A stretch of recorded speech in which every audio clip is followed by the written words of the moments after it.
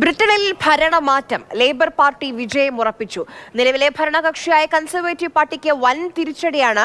ആകെയുള്ള 650 സീറ്റിൽ labour party 400-ലേറെ സീറ്റ് നേടുമെന്നാണ് എക്സിറ്റ് പോൾ പ്രവചനം. വോട്ടെണ്ണൽ പുരോഗമിക്കുകയാണ്. അശ്വജിത് സി ഇന്റർനാഷണൽ ഡെസ്കിൽ നിന്ന് നമുക്കൊപ്പം വിവരങ്ങളുമായി ചേരുന്നുണ്ട്. അതോടൊപ്പം തന്നെ നമുക്കൊപ്പം ഒരു അതിഥി കൂടിയുണ്ട്, ഡോക്ടർ അരുൺ ടി ജി. അദ്ദേഹം പ്രൊഫസറാണ് എക്സിറ്റ് സർവകലാശാല ബ്രിട്ടനിലെ.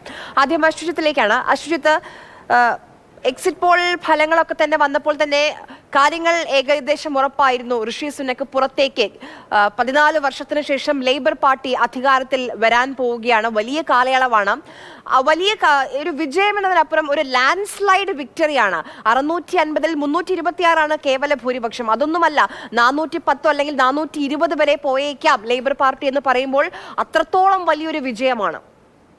അതെ, തീർച്ചയായും ഇത് ഏറെക്കുറെ നമ്മൾ പ്രതീക്ഷിച്ചതുമാണ്. ഈ തെരഞ്ഞെടുപ്പ് പ്രഖ്യാപിച്ചപ്പോൾ മുതൽ തന്നെ ഒരുപക്ഷെ ലേബർ പാർട്ടി അടുത്ത സർക്കാർ രൂപീകരിക്കാനുള്ള എല്ലാ ക്രമീകരണങ്ങളും തുടങ്ങിയതുമാണ്. അതുപോലെ തന്നെ സംഭവിച്ചിരിക്കുന്നു. 400 എന്ന ലാൻഡ്മാർക്ക് ഈസിയായി വളരെ എളുപ്പത്തിൽ കടക്കും എന്ന് തന്നെയാണ് ഇപ്പോഴത്തെ സീറ്റ് നിലയിൽ നിന്ന് നമുക്ക് മനസ്സിലാക്കാൻ കഴിയുന്നത്.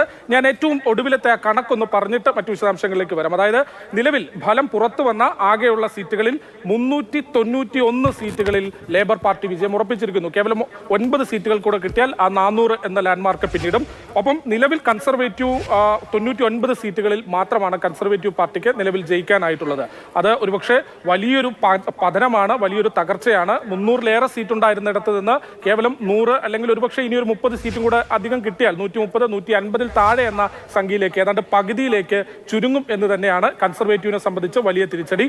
നേരെ മറിച്ച് ലേബർ പാർട്ടിയെ സംബന്ധിച്ചിടത്തോളമാണെങ്കിൽ കഴിഞ്ഞ തവണത്തേന് വെച്ച് ഇരട്ടിയാക്കുന്ന സാഹചര്യം, 400-ലേക്ക് പോകുന്ന സാഹചര്യം. അത്തരത്തിൽ ആര്യ പറഞ്ഞതുപോലെ തന്നെ ഒരു ലാൻഡ് സ്ലൈഡ് വിക്ടറി തന്നെയാണ് ലേബർ പാർട്ടിക്ക് ഉണ്ടായിരിക്കുന്നത്.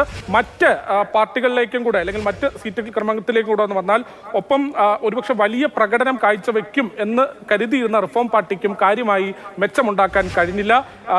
ഡെമോക്രാറ്റിക് പാർട്ടിക്ക് ഒരുപക്ഷെ വലിയ പ്രകടനം കാഴ്ചവെക്കില്ല എന്ന് പ്രവചിച്ച ഡെമോക്രാറ്റിക് പാർട്ടിക്ക് ഇപ്പോൾ 61 സീറ്റുമുണ്ട്. അങ്ങനെയെങ്കിലും ഈ സമ്പൂർണ്ണ വിജയം ലേബർ പാർട്ടിക്ക് അവകാശപ്പെട്ടതാണ്.